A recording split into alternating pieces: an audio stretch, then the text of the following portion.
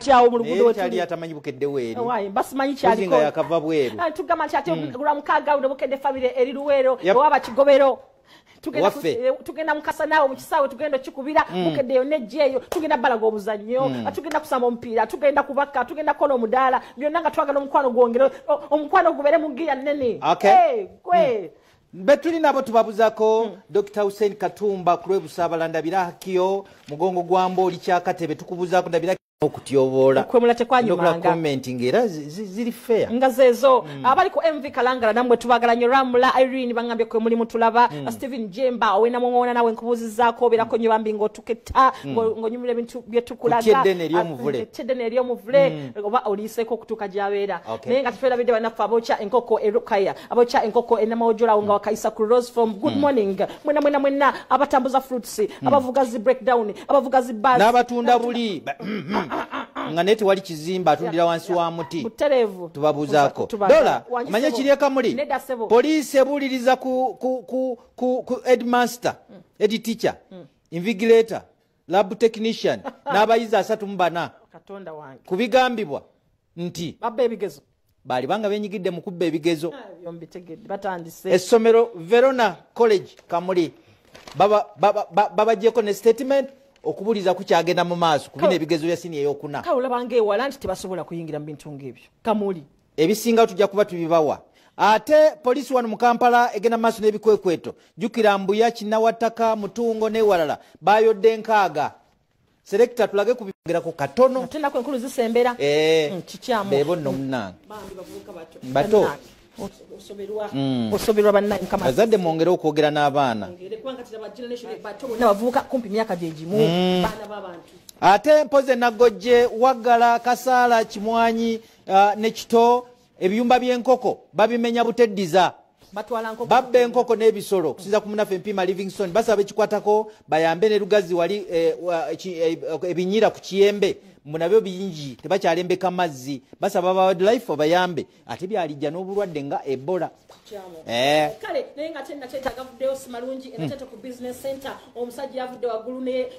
wansi okakananga ato mungu obulamu abututte oba yekaso okutwala obulamu yone Segujja Trevor Matthew Seguya Trevor Matthew bagambye badabulira njiri mu bitundu eyo bambi kibinyo kyo wachecha ametedde mbere tongero bagumya nti banaffe ebizu banji babirina nebyanjawulo ati kyobomanya bibabo kiseera ate bitukane bigenda ate bibiyambo kula n'olusi n'okunyumiza abazukulu kikolanga ati bonejjawo ani alinyumiza abaana bo era buli muntu abako mbulamu moment janyumya nti nayita mu kizibu bw'ekitebwe nga wazibu waliwo hit and run accident eri enaminya Njeru Kayunga Road Muyikwe Tata UBF nya MMS yatomedde Godfrey Okwenyi wa security private guard mu security nayenga mutuze we Malindi okunonya kwa mmotoka eno kugenda maaso mbu hit and run teyayimiridde so no lecho ndoza we reporting ku police bangi namba bagifunye kakone ku chairman bembaga ngera sente bazikwasa nayenga mazima gakatunda sente zonazo nanga bozina nawe kati wakola kabina akawola sente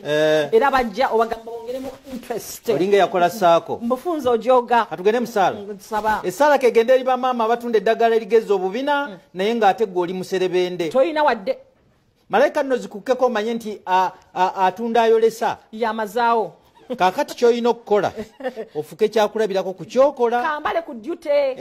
balabe nti naawe olina ki eriyo ne bannaffe abatunda eri amaanyi g'ekisajja naye nga amaka gaatabanguka nga gayuuga naye olimba bannombo naye nga alyogerera chichamba nange naye nga tugamba Christopher Evans agenda kubeera wali ku Freedom City amwita Chris Evans ow'ennyondo amugende muwagira omwana oyo bambe enyondo zaali 27 zaali 27 ayimba ennyimba z'omukwano mutwalo gumu gwasabe gw'okwembeera agimanyi n'emitwalo 3 gwa VIP n'emmeeza kakadde ku Saturday ejja akigenda kuba kitokotanga sikisaaniki muli mutya abalwadde nga tomalaamu bajjanja bimaanyi ebyokulya byonna ebijja kati obimalawo fruits amaji batera okulekerako juice mu bufunze appetite yo eri waggulu okusinga ey'omujjanja bikati onajjanja bayetafunako wadde kyali omujjanja byomuga nti ojja kweyiya oluvannyuma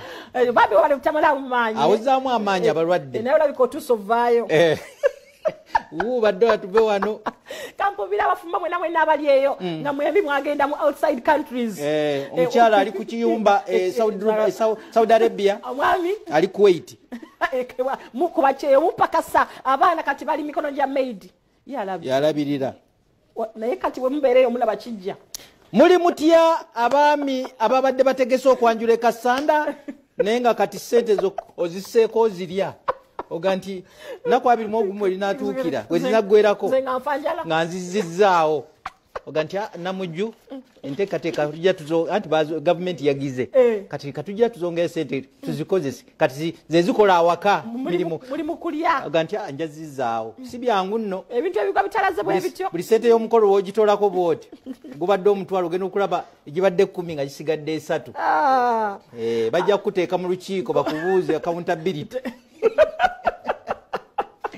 Sakambe yajeeza ekibiina mu Christmas time nagulira banne mu bbaala n'abagulira ennaku zonna zonna ez'okudigida batuka okuzaayo ssente mu January nga waliwo